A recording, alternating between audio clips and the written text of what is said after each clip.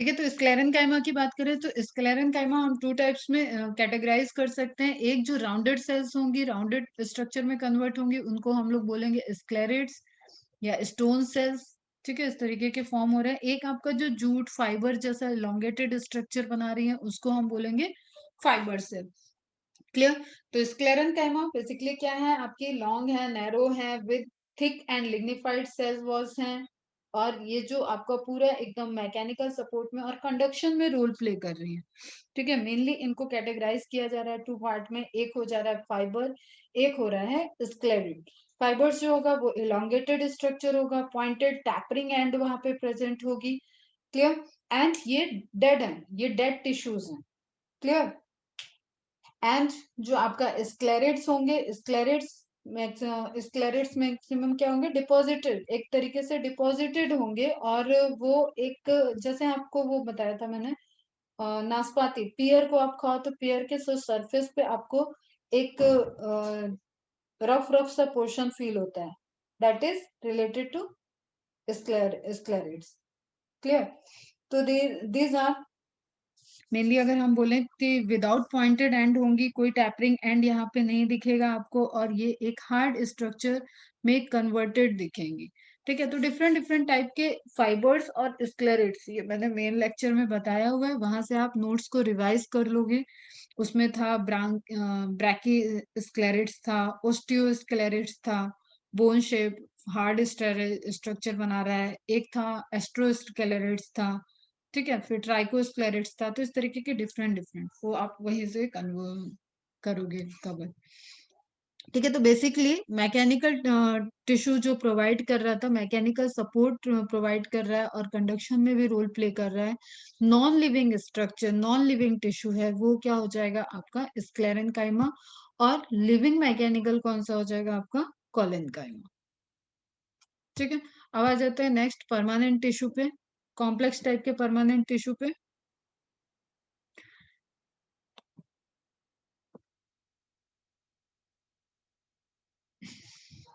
देखो यहाँ पे एग्जांपल में तुम लोग को दिया हुआ है स्क्लेरेट्स के। These are commonly found in the fruit wall of nuts, pulp of fruits like guava, pear, and sapota, seed coats of legumes, and leaves of tea. Sclerenchyma provides mechanical support to organs. तो young plants को mechanical support mainly collenchymatous cells growing plant को provide करती है, and जब ये develop हो रहा है और पूरा conduction वगैरह part बन रहा है, तो वहां पे आपकी sclerenchymatous tissue सपोर्ट प्रोवाइड करती है। जैसे जाइलम पैरेन्काइमा के अलावा हमें पता है जाइलम ट्रैकेट, जाइलम वेसल, ये सब क्या है, डेड है। ठीक है, तो these are the kind of, आप इसको वैसे तो ये कॉम्प्लेक्स है, लेकिन ये एक तरीके से आप अगर इनको जो इनका डिपोजिशन है, डेथ है, उसके अकॉर्डिंग जो इनकी लेयर है, वैसे अगर आप देखना चाहोगे तो they are also a part of sclerenchymatous tissue. But ये डिफ्रेंशिएट आपको अलग ही आते हैं कॉम्प्लेक्स टिश्यू में। तो कॉम्प्लेक्स टिश्यू की बात करें तो हमें पता है हेट्रोजीनस। ठीक है, heterogeneous in nature, it means कि ये एक से ज्यादा टाइप के टिश्यू से, एक से ज्यादा टाइप के सेल से मिलके बने हुए स्ट्रक्चर होंगे। ठीक है, जैसे जाइलम, पता है हमें xylem vessel, xylem tracheid, xylem fibre, xylem parenchyma. इसमें जाइलम पैरेन्काइमा को छोड़ दिया जाए तो बाकी सभी क्या है, डेड पोर्शन है। क्लियर? तो जाइलम फ्लोएम जो एक स्पेसिफिक फंक्शन को परफॉर्म करने के लिए उनको टाइप्स ऑफ सेल के साथ मिलके ऑर्गेनाइज्ड होना पड़ रहा है, they are complex permanent tissue. Clear है? तो they are composed of different type of cells. Mainly हम अगर इनको कैटेगराइज करें तो जाइलम और फ्लोएम में हम पढ़ सकते हैं, फिर हम जाइलम को अलग देखते हैं, फ्लोएम को अलग देखते हैं। क्लियर? जाइलम को अगर देखें तो जाइलम के डिफरेंट डिफरेंट फॉर्म्स, यहाँ पे ट्रैकेट्स हैं, वेसल्स हैं, जाइलम फाइबर है, एंड जाइलम पैरेन्काइमा। इसमें वेसल जो है, जाइलम वेसल, ये हायर कैटेगरी, हायर कैरेक्टरिस्टिक्स है, और ये आपको एंजियोस्पर्म में ही देखने को मिलेगा। और यही कंपैरेटिव मैंने कहा कि अगर आपको ध्यान में रखना है और कोई क्वेश्चन ऐसा पूछ रहा है तो जाइलम वेसल्स जो होंगी वो जिम्नोस्पर्म तक के प्लांट में अब्सेंट होगी। क्लियर? तो मेन कंपोनेंट क्या हो गए, xylem vessels, xylem tracheid, xylem fibre and xylem parenchyma. इसमें से लिविंग कौन सा हो गया, जाइलम पैरेन्काइमा। इसमें हायर कौन सा है, हायर कैटेगरी का क्या है, जाइलम वेसल्स। क्लियर? ठीक है। अब वेसल बनती कैसी है, उसके लिए मैंने पूरा ये वाला मैकेनिज्म बताया था आपको कि एक वेसल्स जो है वो जैसे बॉक्सेस पे बॉक्सेस आपके अरेंज्ड है, एंड उसके बाद टिप पोर्शन, ठीक है, टिप पोर्शन उसका पूरा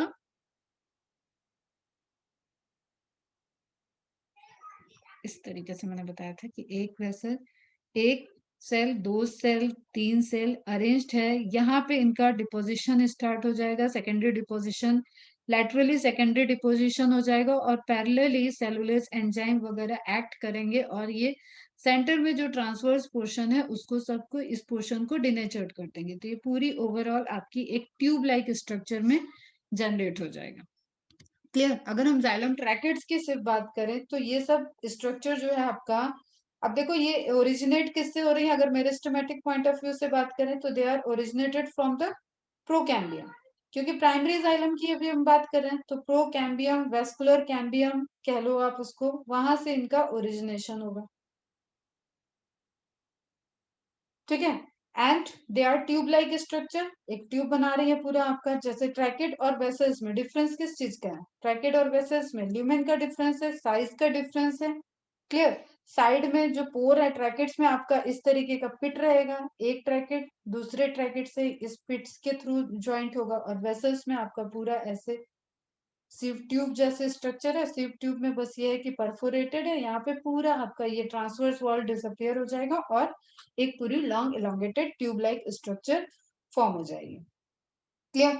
तो थिक है, लिग्निफाइड है, लार्ज ल्यूमेन है, फाइबर के कंपैरिजन में अगर आप कंपेयर करें, ट्रैकेट्स की बात कर रहे हैं हम, ट्रैकेट की कंपेयर करें तो फाइबर के कंपैरिजन में वहां लार्ज ल्यूमेन होगा, और डेड है इसलिए यहाँ पे भी कोई प्रोटोप्लास्ट आपको नहीं दिखेगा। एंड दिस इज ट्रैकेड, देखो वेसल्स तो बाद में आई, तो अगर फंडामेंटल पूछा जाता है कि fundamental portion, fundamental part of xylem is what, xylem tracheid, xylem vessel, तो answer is xylem tracheid. Clear, सारे ही प्लांट ग्रुप में ये प्रेजेंट रहेगा। और अगर वही फंडामेंटल की बात करें या एंशियंट पूछा जाए, ये भी पॉइंट मैंने आपको लिखवाया हुआ, ancient vascular plant have only tracheids in xylem. Clear. तो ट्रैकेट्स पिट के थ्रू अटैच्ड होंगे, फिर आपका वेसल्स जब डेवलपमेंट होगा तो वहां पे वो आपस में फ्यूज हो जाएंगे, एंड पूरा आपका एक पूरा ट्यूब लाइक स्ट्रक्चर हो जाएगा। फिर पिट को लेके मैंने बताया था कि अगर सिंपल पिट होगा, एक नॉर्मल पोर बना है तो सिंपल पिट होगा, इसके सराउंडिंग में डिपोजिशन होगा और वो उसके पोर के साइज को कंट्रोल कर रहा होगा, ऐसा स्ट्रक्चर दिख रहा होगा, तो उसको हम लोग बॉर्डर्ड पिट बोलते हैं। क्लियर। ठीक है, तो ट्रैकेट्स हो गया। फिर जाइलम फाइबर की बात की जाए तो फाइबरस स्ट्रक्चर है, फाइबर का वर्ड है, इट मीन्स कि ये भी क्या है, पूरी डेड है आपकी, ये सपोर्ट प्रोवाइड करेगा। तो have highly thickened walls and obliterated central lumen. These may either be septate और aseptate। अब ल्यूमेन्स देखो तुरंत तो ऐसा नहीं है, देखिए ये फॉर्म होते ही डेड हो गई है, धीरे धीरे जब इनका डिपोजिशन होता है, जो एरिया ये कवर करके रखी है उसमें चेंजेस होता है, डिपोजिशन होता है, तब ये डेड में कन्वर्ट होती है। क्लियर। फिर जाइलम पैरेन्काइमा की बात करें तो जाइलम पैरेन्काइमा क्या हो गया, आपको जो ट्रांसपोर्ट, यही यही हम बोले कि अगर यहाँ तक वाटर आ रही है तो ये जाइलम वेसल्स लेके आई, अगर हम डेवलप की बात करें एंजियोस्पर्म में, लेकिन फिर नियर बाय कंट्रोल और ट्रांसपोर्टेशन उसमें इंपॉर्टेंट रोल प्ले करेगी जाइलम पैरेन्काइमा। ठीक है, जैसे साल्ट, टारगर प्रेशर, ये सब मैकेनिज्म अगर लग रहा है और वो वाटर के ट्रांसपोर्टेशन में रोल प्ले कर रही है, तो वो सब किससे होगा, लिविंग सेल से होगा। वैसे लिविंग सेल जाइलम के कंपोनेंट में कौन सी है, जाइलम कॉम्प्लेक्स टिश्यू में कौन सी है, तो वो हो जाएगी आपकी xylem parenchyma. Clear. Xylem vessels का हो गया, फ्यूजन से जाइलम जो बहुत सेल्स हैं वो फ्यूज करके और उनके बीच में डिपोजिशन, ट्रांसफर सेप्टा को डिलीट करके उसको डाइजेस्ट करके एक लॉन्ग ट्यूब लाइक स्ट्रक्चर बन रही है, और उसके थ्रू जो आपका वाटर, वो क्या बोलते हैं उसको, ट्रांसपिरेशन पूल से जो पूरा वाटर चैनल बन रहा है वो वहां पे डेवलप होगा। तो इसमें सबसे इंपॉर्टेंट रोल हायर, जब हम एंजियोस्पर्म की बात कर रहे हैं तो वहां पे vessels, xylem vessels important role play करेगी। क्लियर। जाइलम फाइबर का काम सिर्फ प्रोवाइड करना है मैकेनिकल सपोर्ट, एक डायरेक्ट क्वेश्चन है इससे जाइलम फाइबर से रिलेटेड कि इसका कोई भी रोल कंडक्शन ऑफ वाटर में नहीं है। ट्रैकेड क्या हो गई, आपकी प्रिमिटिव हो गई, वेसल्स आपकी डेवलप्ड हो गई, पैरेन्काइमा आपके ट्रांसफर्स जो ट्रांसपोर्टेशन है उसमें रोल प्ले कर रही है, एंड अलोंग विथ दैट इसके अंदर जाइलम वेसल्स में जो सॉल्ट और लिविंग सेल का जो प्रेशर मेंटेन करने के लिए रोल चाहिए, वो सब यहाँ पे एसोसिएशन में जाइलम पैरेन्काइमा रोल प्ले कर रही है। क्लियर है इतनी चीजें? तो you can say xylem parenchyma is only living part of xylem. Clear? अब यहाँ पे हमें दो टाइप की एक चीज हाँ इंपॉर्टेंट है, ये ध्यान में रखो, एक्सियल एंड रे पैरेन्काइमा। एक्सियल पैरेन्काइमा जो वुड पैरेन्काइमा हम उसको बोल रहे हैं, वुड में कन्वर्ट हो रही है, एक्सिलरी है, एंड जो आपको ट्रांसपोर्टेशन करने में हेल्प कर रही है दैट विल बी रे पैरेन्काइमा। आप नोट्स देखोगे तो नोट्स में आपको मिल जाएगी ये पॉइंट।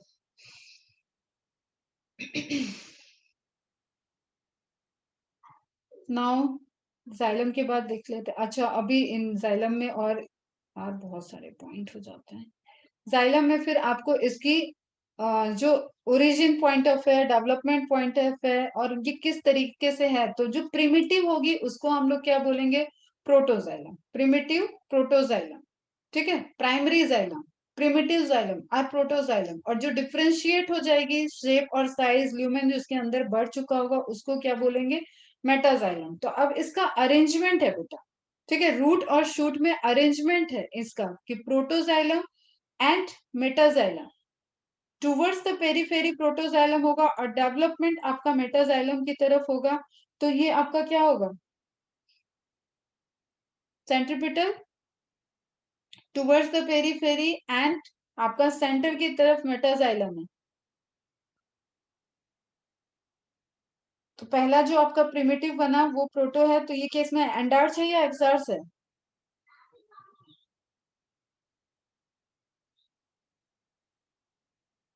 बताओ। दो कंडीशन है, एक तो प्रोटोजाइलम इधर, एक प्रोटोजाइलम अंदर, मेटाजाइलम अंदर, फिर प्रोटोजाइलम इधर, मेटाजाइलम उधर। तो मैंने आपको रेस बनाया था कि मतलब प्रोटो से डेवलप हो रहा है, अंदर की तरफ मेटा है, ठीक है, अंदर की तरफ मेटा है, ठीक, पेरीफेरी पे प्रोटो है। तो ऐसा कंडीशन क्या हो गया आपका, जो ये पोर्शन है, ठीक है, दैट इज एक्सार्स कंडीशन। पेरीफेरी पे प्रोटोजाइलम है एंड देखो यहाँ लिखा है the protoxylem lies towards the periphery and metaxylem lies towards the end center. This arrangement is exarch. And जब आपका इस तरीके से अरेंजमेंट होगा कि प्रोटोजाइलम इधर है एंड लार्ज सेल की डेवलप मेटाजाइलम आपकी टुवर्ड्स द पेरीफेरी है, तो इसको आप बोलोगे एंडार्च कंडीशन। क्लियर? ये हो जाएगा आपका एंडार्च कंडीशन। तो ये लोकेशन ध्यान में रखना। टुवर्ड्स द सेंटर हायर, बढ़ता हुआ किधर की तरफ है, बाहर की तरफ एरो है सारी, तो ये आपकी एंडार्च हो जाएगी। अंदर की तरफ एरो है, मेटाजाइलम अंदर की तरफ है, तो वो उसको आप एक्सार्च बोल दोगे। ठीक है, इतनी चीजें समझ में आई। फिर इसका सेकेंडरी डिवीजन की बात करेंगे, वहां पे सेकेंडरी जाइलम वगैरह, deposition, formation of wood, that is related to जब वेस्कुलर कैम्बियम के डिवीजन से आप पूरा देख रहे हो, फेसिकुलेटेड कैम्बियम, कैम्बियम रिंग का बनना, वहां पे वो पोर्शन आएगा। अभी प्राइमरी जाइलम तक इतनी बातें क्लियर है। जाइलम के कंपोनेंट, जाइलम कंपोनेंट में आ जाएगा आपका xylem tracheid, xylem fibre, xylem vessels and xylem parenchyma. Clear? उसके बाद आप देख रहे हो कि डिफरेंट डिफरेंट उनके लोकेशन, लिविंग सिर्फ क्या है इसमें, जाइलम पैरेन्काइमा। जाइलम पैरेन्काइमा में भी टू टाइप्स के हैं, एक एरिन है, एक एरियल है, एक रे पैरेन्काइमा है, जो कि एक एक्सियल है, एक रे पैरेन्काइमा है, जो दोनों की दोनों ट्रांसपोर्टेशन में रोल प्ले कर रहे हैं। फिर फाइबर्स को हमने देखा, that is dead part and it is a only supportive part. Tracheids को हमने देखा कि वो प्रिमिटिव टाइप के वेस्कुलर बंडल्स जिसमें होंगे, जैसे हम टेरिडोफाइटा की बात करें, जिम्नोस्पर्म की बात करें, तो वहां पे आपको जाइलम ट्रैकेट्स देखने में मिलेंगे। फिर जाइलम वेसल्स आपके एंजियोस्पर्म की कैरेक्टरिस्टिक्स है, और सबके एक्सेप्शंस हैं जो आपने नोट डाउन किए हैं प्लांट किंगडम में, वो ध्यान में रखोगे। फिर क्या बताया उसके बाद मैंने, फिर आप जाइलम वेसल देखे कि वेसल्स का फॉर्मेशन एक ट्यूब लाइक स्ट्रक्चर, एंड उसके बाद वहां पे ट्रांसपोर्टेशन में रोल प्ले कर रही है वो पूरा मेनली हायर प्लांट्स, एंजियोस्पर्म की बात करें, तो xylem vessels is characteristic of angiosperm. फिर हम जो डेवलपमेंट है जाइलम का प्रोटो और मेटा, उसके अकॉर्डिंग उनके पोजीशंस की बात की है, अरेंजमेंट की बात की है। तो एक्सर कंडीशन जो होती है वो रूट में होती है, एंडर्च कंडीशन आपकी शूट में होती है। ये सब जब तक हम लोग जनरल बात करते हैं ना बेटा, we are talking about the dicot plant. ये सब जनरल बातें हैं, ये डाइकॉट प्लांट पे अप्लीकेबल है, और ये एंडार्च एक्सार्स वाला तो आपका मोनोकॉट पे भी अप्लीकेबल हो। क्लियर है यहाँ तक? नेक्स्ट आ जाते हैं, फ्लोएम की बात करते हैं।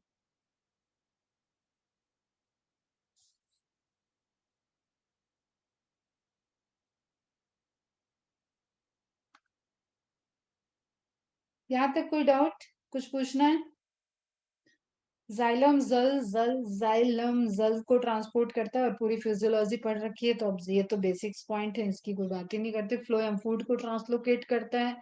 फ्लोएम के कंपोनेंट की बात कर लेते हैं। Again this is a kind of complex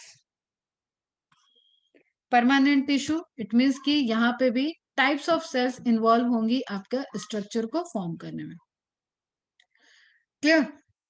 अब यहाँ पे आपको वेसल्स के एनालॉगस एनालॉगस जो स्ट्रक्चर वेसल की तरह वर्क कर रहा है, दैट इज सीप ट्यूब। ठीक है, पैराफ्लोएम की जो ट्यूब स्ट्रक्चर फॉर्म कर रही है, जो वेसल्स की तरह, जैसे वाटर को कंडक्ट करने के लिए जाइलम वेसल्स बन रही थी, जाइलम ट्रैकेट पड़ रही थी, वैसे ही यहाँ पे सीव सेल्स और सीव ट्यूब होंगी। ठीक है, तो सीव ट्यूब आपकी मोर इवॉल्व फीचर्स हो जाएगा, जो कि आपका एंजियोस्पर्म का कैरेक्टरिस्टिक होगा। एंड सीव सेल्स आपका लोअर में टेरिडोफाइटा एंड जिम्नोस्पर्म में देखने को मिलेगा। फिर हमें एक पॉइंट यहाँ पे ध्यान में रखना है कि फ्लोएम पैरेन्काइमा के अलावा यहाँ पे कंपेनियन सेल्स प्रेजेंट है। कंपेनियन सेल्स प्रेजेंट है, वो भी लिविंग है, और सीव ट्यूब भी आपकी लिविंग है। तो एक्सेप्ट फ्लोएम फाइबर और आर लिविंग, जिसमें एक कंडीशन और ध्यान में रखनी है कि सीव ट्यूब जो है, जो सीव ट्यूब है, वो ई न्यूक्लिएटेड स्ट्रक्चर है। Enucleated structure, if you compare it with the RBC, then the structure of plant which is enucleated is sieve tube. ठीक, अब sieve tube enucleated है लेकिन living है, तो जो न्यूक्लियस से कंट्रोल सारी चीजों का चलता है, ऑर्डर और कंट्रोल, वो सब उसको कौन प्रोवाइड कर रहा है? कंपेनियन से। इसलिए इसलिए ये क्या हो जाएंगे? ये सिस्टर सेल्स हैं। सिस्टर सेल्स मतलब क्या होता है कि सेम पेरेंट से ओरिजिनेट होने वाली सेल। क्लियर? तो सिस्टर सेल्स हैं, सेम पेरेंट से ओरिजिनेट होंगी, एक ही सेल से डिवाइड करने से सीव ट्यूब सेल्स और कंपेनियन सेल बनी है। सीव ट्यूब फूड का फॉर्मेशन, फूड को ट्रांसलोकेट और स्टोरेज करने में हेल्प कर रहा है, ट्रांसपोर्टेशन में हेल्प कर रहा है। कंपेनियन सेल सिर्फ उसको न्यूक्लियर डीएनए वाला कंट्रोल प्रोवाइड करेगा। ध्यान में रखना है, कंपेनियन सेल के पास स्टोरेज की कैपेसिटी नहीं होती है, इसलिए कंपेनियन सेल और सीव ट्यूब दोनों ही एक दूसरे पे डिपेंडेंट हैं सरवाइव करने के लिए। क्लियर? एक क्वेश्चन आता है सीव ट्यूब और आरबीसी से रिलेटेड। आरबीसी को कोई कंपेनियन सेल जैसा सपोर्ट नहीं है, इसलिए आरबीसी की एक लिमिटेड लाइफ है 120 डेज की, लेकिन सीव ट्यूब आपका जब तक वो एलिमेंट, वो प्लांट ग्रो कर रहा है, वहां पे कंडक्शन में रोल प्ले करता रहेगा। Am I clear? समझ में आ रही है सारी बातें?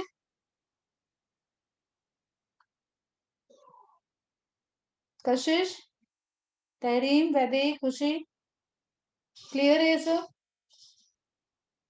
जनरल टर्म एक यूज करते हैं पास्ट, किसके लिए? फ्लोएम के लिए। ठीक है, या लैप्टोम। ठीक है, मेन फंक्शन क्या हो गया इसका? Food translocation. कंपोनेंट क्या हो गया? Sieve element, companion cell, phloem, sieve tube, companion cell, phloem parenchyma and phloem fibre. और जब हम एलिमेंट बोलेंगे तो उसमें सीव ट्यूब और सीव सेल दोनों ही आ जाएंगे। अब सीव सेल के पास उसके सपोर्टिव के लिए कौन सी स्ट्रक्चर होगी? That is albuminous cell. ये भी एक क्वेश्चन है, ध्यान में रखना है। ठीक है, अब ओरिजिन के पॉइंट ऑफ व्यू से बात करें हम लोग, तो जो प्राइमरी फ्लोएम है, सेम वे में जैसे प्राइमरी जाइलम था, उसी तरीके से वो प्रोकैम्बियम से ओरिजिनेट होगी। प्रोकैम्बियम से फर्स्ट टाइम जो कैम्बियम, प्रोकैम्बियम फॉर्म करता है, इसका हम पूरा अभी चार्ट दिखाते हैं थोड़ी देर में, उससे फॉर्म होगा आपका प्राइमरी जाइलम, प्राइमरी फ्लोएम।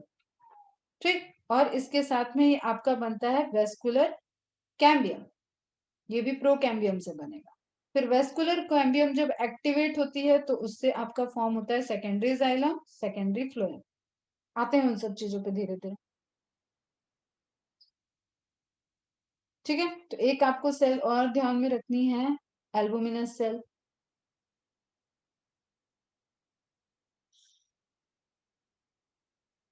यहाँ से तो और कुछ भी ऐसा है। अब फ्लोएम को हम बास्ट कह रहे हैं, तो फ्लोएम फाइबर को हम लोग और क्या कह सकते हैं बेटा, बास्ट फाइबर। इसका कमर्शियल, ये स्क्लेरन काइमेटस सेल से इसका कमर्शियल यूज भी है। देखो जूट, फ्लैक्स, हेम्प इसको फॉर्म करने में यूज हो रहे हैं। The first form primary phloem consist of narrow sieve tube and is referred to as protophloem phloem. And same way में जैसे बेटा आपका जाइलम में प्रोटोजाइलम हो गया और डेवलप्ड हो गया आपका मेटाजाइलम, वैसे ही यहाँ पे प्रोटोफ्लोएम एंड मेटाफ्लोएम हो गया। बट इनका बहुत ज्यादा अरेंजमेंट की चीज नहीं होती। एक चीज ध्यान में रखो, वो सीव ट्यूब सीव प्लेट वाला। ठीक है, परफोरेटेड, यहाँ पे वेसल्स में पूरा वेसल्स कैसे थी इस तरीके से स्ट्रक्चर, तो ये पूरा ट्यूब हो गया। लेकिन जब हम सीव ट्यूब की बात कर रहे हैं तो sieve tube is perforated structure.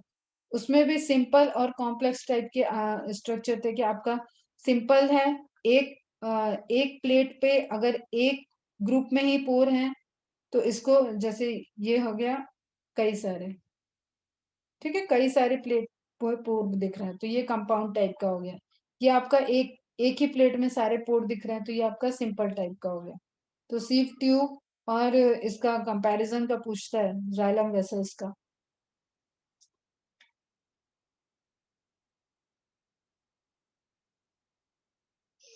फिर हमें ध्यान में रखना है क्योंकि यहाँ पे सोर्स और सिंक वाला फिनोमेना होगा, फिजियोलॉजी से इसको लिंक करें, सोर्स और सिंक वाला फिनोमेना होगा, ट्रांसलोकेशन वाली चीजें होंगी, तो एटीपी यूज होगा और कनेक्शन, दोनों ही एक्टिव प्रोसेस है। जब लोडिंग होती है तब भी एक्टिव एनर्जी यूज होता है एंड अनलोडिंग होता है तो भी एनर्जी यूज होता है। ऑस्मोसिस ऑस्मोलैरिटी वहां पे वेरी करेगा सुक्रोज एंड आपका सोर्स वाले पोजीशन पे। तो उससे जो ट्रांसलोकेट हो रहा है इट मीन्स कि यहाँ पे आपको एक प्रॉपर कनेक्शन की रिक्वायरमेंट है। क्लियर, इसलिए यहाँ पे ट्रांस सेलुलर स्ट्रैंड प्रेजेंट होंगे जो कि पी प्रोटीन के बने हुए स्ट्रैंड होंगे। पी से आप ध्यान रखोगे phloem, phloem protein. Clear, phloem protein के बने हुए स्टैंड्स होंगे जो कि ट्रांस सेलुलर स्ट्रैंड हैं और वो रनिंग एक सीव एरिया से पूरा ऐसे ट्रांसपोर्ट करेंगे और ट्रांसपोर्टेशन में हेल्प करेंगे, कनेक्शन की तरह मेंटेन कराएंगे। ठीक है, सीव ट्यूब सीव पोर हो गया एंड नाउ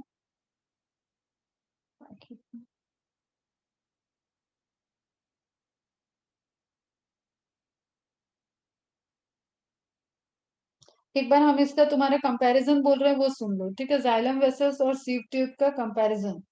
जाइलम वेसल्स के पास क्या है, ओपन एंड है, सीव ट्यूब के पास परफोरेटेड एंड है। फिर जाइलम वेसल वाइडर है, सीव ट्यूब आपकी नैरो है। Xylem vessel thick lignified wall present है एंड सीव ट्यूब में आपकी सेलुलोजिक वॉल प्रेजेंट है क्योंकि ये लिविंग है, ध्यान में रखना ये पॉइंट। ठीक है, जाइलम वेसल डेड है, थिक लिग्निफाइड सेल वॉल है उसके पास एंड सीव ट्यूब में आपकी सेलुलोजिक वॉल है। Xylem vessels specialize thickening involve देखी जाएगी लेकिन सीव ट्यूब वहां पे कोई ऐसी स्पेशलाइज थिकनिंग नहीं देखनी जाएगी। ठीक है, जाइलम वेसल डेड है, सीव ट्यूब लिविंग है और फंक्शनल है। जाइलम वेसल भी फंक्शनल है लेकिन डेड है। क्लियर, फिर जाइलम वेसल आपकी फ्रीली परमिएबल है क्योंकि that is dependent on the totally size. ठीक, अब वहां पे कोई बैरियर नहीं है, मतलब अकॉर्डिंग टू साइज सिर्फ एक बैरियर हो सकता है, वो वहां पे कोई भी ट्रांसपोर्टेशन को सेंस नहीं कर रहा है, साइटोप्लाज्मिक कंट्रोल मेम्ब्रेनल कंट्रोल नहीं है, इसलिए वो क्या होगी, फ्रीली परमिएबल। जबकि सीव ट्यूब अभी सेलेक्टिव परमिएबिलिटी को शो करेगी। जाइलम वेसल्स के अंदर ये वाला पॉइंट नोट डाउन कर लेना, लो ऑस्मोटिक प्रेशर एंड कोई टर्गर प्रेशर नहीं होगा। जाइलम वेसल क्योंकि लिविंग ही नहीं है तो वहां पे आपका टर्गर प्रेशर का कोई रूल नहीं होगा। क्लियर, एंड सीव ट्यूब में आपका कंसंट्रेशन हाई है, हाई ऑस्मोटिक प्रेशर होगा एंड हाई टर्गर प्रेशर होगा। कहाँ, सीव ट्यूब में। ये पॉइंट समझ में आया जी मैडम, या रिपीट करें? Repeat madam.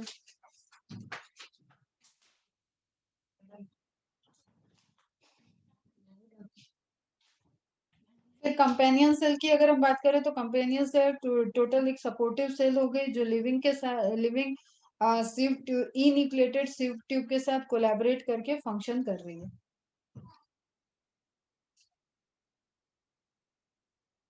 एंड नाउ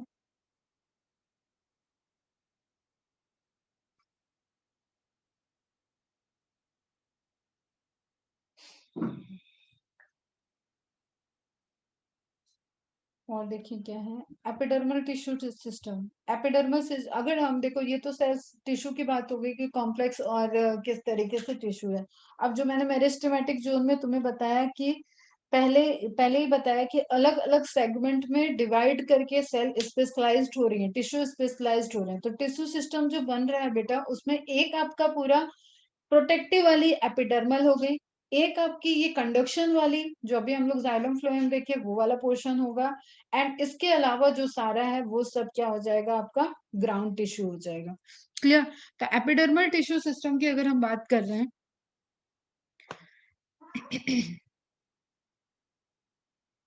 ठीक है, एपिडर्मल टिश्यू सिस्टम मतलब रिलेटेड टू एपिडर्मिस।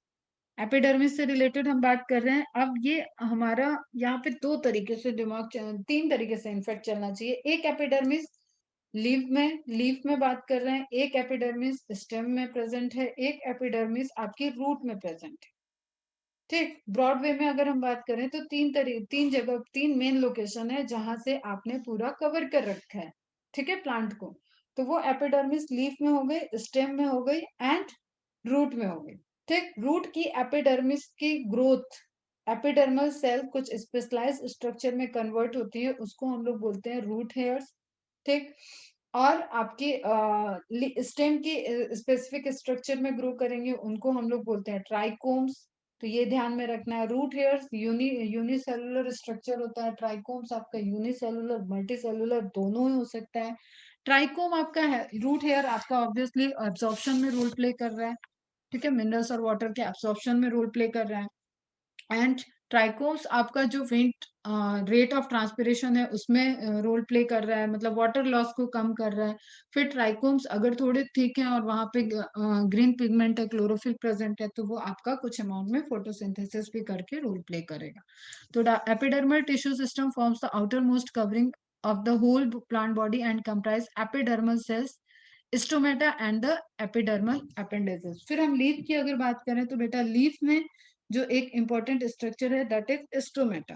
ठीक, तो स्टोमेटा के रिस्पेक्ट में आपको गार्ड सेल, पोर, ठीक है, गार्ड सेल का structure and then subsidiary cell जो कि पोटेशियम सॉल्ट का डिपोजिशन होता है, पोटेशियम वहां पे डिपोजिशन होता है, और ट्रांसपिरेशन का opening and closing phenomena of stomata, उसको आप यहाँ से रिलेट करोगे।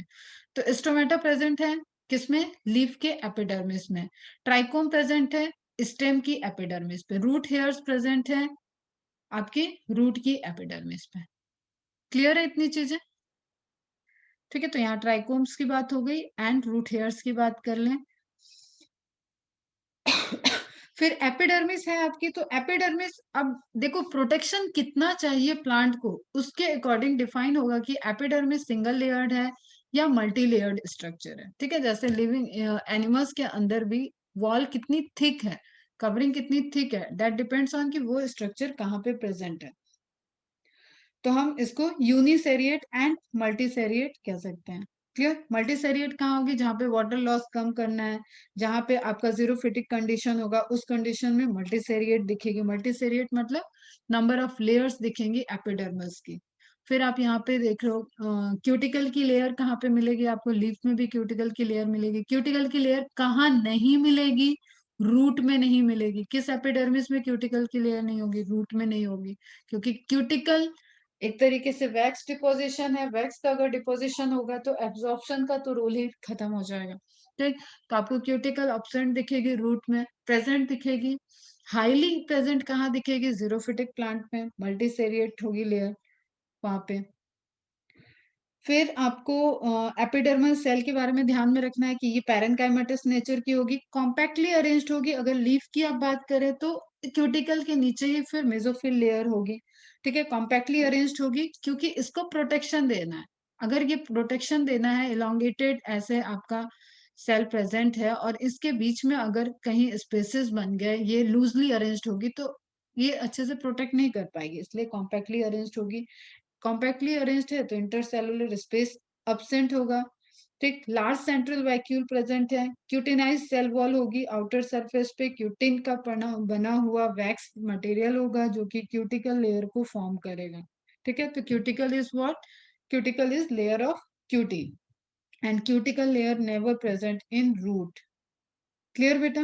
तो epidermis of root without cuticle is known as epiblema. एक पॉइंट ये भी याद रखो, एपिब्लेमा। ठीक है, एपिडर्मिस की रूट की एपिडर्मिस को क्या बोलते हैं? एपिब्लेमा, क्योंकि वहां पे क्यूटिकल नहीं प्रेजेंट है। तो दोनों तरीके से क्वेश्चन आ सकता है आपको कि एपिब्लेमा रूट एपिडर्मिस है, क्यों? उसका रीजन आपको देना पड़ेगा कि क्यूटिकल वहां पे प्रेजेंट नहीं है, या डायरेक्ट आपको ये पूछ सकता है कि without cuticle the layer of epidermis is known as, तो भी उसका आंसर एपिब्लेमा होगा। क्यूटिकल थिक होगी जीरोफाइट्स में, क्यूटिकल अब्सेंट होगी सबमर्ज्ड हाइड्रोफाइट्स में, क्योंकि उसको वाटर लॉस को कम करना है, और जब वो सबमर्ज्ड हाइड्रोफाइट्स हैं जो वाटर बॉडी में ही प्रेजेंट है, वहां पे वाटर लॉस जैसी कोई ऐसी फिनोमिना बहुत अप्लीकेबल नहीं होगी क्योंकि वाटर अबंडेंट है, तो क्यूटिकल वहां पे अब्सेंट होगी। क्यूटिकल की लेयर थिन कहाँ होगी? जहां पे हाइड्रोफाइट्स एक्सपोज सरफेस होंगे। क्यूटिकल क्या है? जेरिक कंडीशन, मतलब जीरोफिटिक कंडीशन की एडॉप्टेशन है।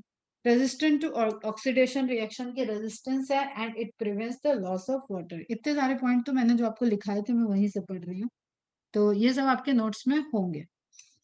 ठीक है, अब फंक्शन ऑफ एपिडर्मिस की बात करें तो मैकेनिकल इंजरी से प्रिवेंट कर रहा है, हाईलाइट इंटेंसिटी से प्रिवेंट कर रहा है, इंजूरियस थर्मल चेंजेस से प्रिवेंट कर रहा है, माइक्रोबियल अटैक जैसे स्किन कट जाती है तो आपको जो इन्फेक्शन हो सकता है उसी तरीके से सेम वे में प्लांट को प्रोटेक्शन दे रहा है। And acid rain effect plant पे डायरेक्ट ना पहुंचे उससे भी वो प्रिवेंशन करेगा। ठीक है, लॉस ऑफ वाटर को रिड्यूस कर रहा है, स्टोर कर रहा है वाटर को सकुलेंट प्लांट में, कुछ स्पेसिफिक स्ट्रक्चर फॉर्म हो जाएंगे वहां पे जहाँ पे वाटर स्टोरेज हो सकता है। एंड अगर सॉफ्ट प्लांट है तो अगेन एपिडर्मिस भी आपकी क्लोरोफिल कंटेनिंग होगी और वहां से क्लोरो फोटोसिंथेसिस हो सकती है।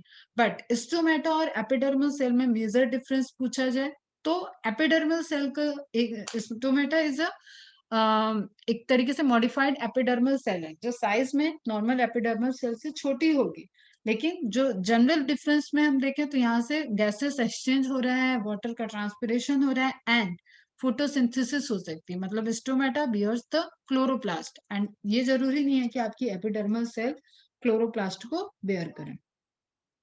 क्लियर है बेटा? ठीक है, फिर इसी में आपको एक स्पेसिफिक सेल का नाम मैंने बता दिया, यहाँ पे सिर्फ मैं नाम लिख रही हूँ और फंक्शन बोलती जा रही हूँ। लिथोसाइट्स, जिनके अंदर लिथ मतलब स्टोन डिपोजिशन, पत्थर का डिपोजिशन कन्वर्ट हो जा रहा है, कैल्शियम कार्बोनेट का डिपोजिशन हो रहा है, वो लिथोसाइट्स हो जाएंगी। एक इंपॉर्टेंट था बुलिफॉर्म सेल्स। बुलिफॉर्म सेल्स जो वाटर को स्टोर करके रखी है, मतलब they are types of different types of epidermal cell जो कि डिफरेंट फंक्शन कर रही है। बुलिफॉर्म सेल्स क्या हो जाएगी? जो मिड रिप के पास सेल होंगी और वाटर को स्टोर करके रखेंगी एंड जैसे वाटर की कमी होगी तो ये बुलिफॉर्म सेल से वाटर बाहर चला जाएगा, वाटर वेपराइज्ड हो जाएगा और उससे ये पूरी की पूरी लीफ क्या हो जाएगी? क्लोज हो जाएगी, एक ओपन लीफ। फाइनली आपकी इसके प्रेशर की वजह से जो बुलिफॉर्म यहाँ पे प्रेजेंट होंगे सेल्स, उसकी वजह से ये क्लोज इस तरीके से श्रिंक कर जाएंगे। क्लियर? फिर आपने ट्राइकोम देख लिया, रूट हेयर्स की बात होगी एंड स्टोमा की बात होगी। तो ये सब आपके एपिडर्मल से रिलेटेड सेल्स हैं। ठीक है, अब गार्ड से सब्सिडरी सेल्स, आई थिंक ये तो क्लियर ही होगा। यहाँ पे एक चीज ध्यान में रखना है कि जो गार्ड सेल का शेप है, डंबल शेप, डी से डंबल होता है और डी से डाइकॉट में वो नहीं होता है। मैंने तो इसी तरीके से याद किया, डंबल शेप डाइकॉट में नहीं होता है एंड बीन शेप तब आपका डाइकॉट का हो गया और डंबल शेप आपका मोनोकॉट में हो गया। क्लियर? फिर रूट हेयर, ट्राइकोम्स, ये हो गया। तो अब आप कैटेगराइज कर लिए, एक हो गया आपका एपिडर्मल पोर्शन जो आपका प्रोटेक्टिव लेयर बना दिया, एक हो गया आपका वेस्कुलर जो आपका जाइलम फ्लोएम कंडक्टिव पोर्शन बना दिया and next one is ground tissue system की हम बात करें। इट मींस कि एपिडर्मिस और वेस्कुलर बंडल के बीच का जो सारा सिस्टम है that is ground tissue system. Clear? तो all tissues except epidermis and vascular bundle constitute the ground tissue. It consists of simple tissues. अब आप एक चीज बताओ, प्रोटेक्शन दे दिया एपिडर्मिस ने, कंडक्शन कर दिया, प्रोटेक्शन दिया एपिडर्मिस ने, कंडक्शन कर दिया आपके वेस्कुलर बंडल ने, ठीक है। इवापोरेशन ट्रांसपिरेशन की बात करें तो वो भी एपिडर्मिस से ही हो गया। तो नाउ जो प्लांट को खुद सरवाइव करने के लिए सारी एक्टिविटी चाहिए, जो फिजियोलॉजी प्लांट को करनी है, वो सब कौन कर रहा होगा, उसमें मेन रोल कौन प्ले कर रहा होगा? Ground tissue system. ठीक है।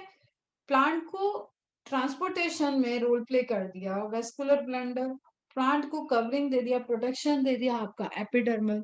लेकिन जो प्लांट की फिजियोलॉजी, जो फूड ट्रांसलोकेट हो रहा है, स्टोरेज होना है, जो भी चीज आप फिजियोलॉजिकल पॉइंट ऑफ व्यू से देख सकते हो प्लांट के सर्वाइवल के लिए, ग्रोथ हार्मोन का फॉर्मेशन, सिक्रीशन, ट्रांसपोर्टेशन, वो सारी चीजें, वो सब किससे रिलेटेड होगा? वो ग्राउंड टिश्यू सिस्टम से रिलेटेड होगा। Clear? So all tissues except epidermis and vascular bundle constitute the ground tissues. It consists of simple tissues such as parenchyma, collenchyma and sclerenchyma. ये आपकी इसमें पूरी की पूरी एक टिश्यू सिस्टम आ जाएगा। ठीक। Parenchymatous cells are usually present in cortex. Parenchyma तो सर्वव्यापी सेल की तरह है एक तरीके से। पेरेन्काइमेटस आपका कॉर्टेक्स में है, पेरिसाइकल में है, पिथ में है, मेडलरी रे में है, in the primary stems and roots, सभी जगह आपकी पेरेन्काइमा सेल्स दिख रही है। इन लीव्स मेसोफिल के फॉर्म में the ground tissue consist of thin walled chloroplast containing mesophyll. आते हैं कुछ इमेजेस देख लेते हैं। यहाँ पे रुक जाओ,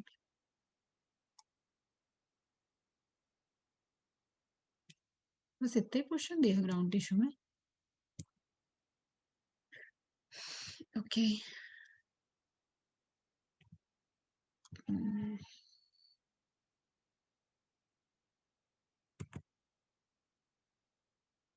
चलो फटाफट से हम कुछ तुम्हें इमेज से समझाने की कोशिश करते हैं जिससे थोड़ा फास्ट कवर भी होगा।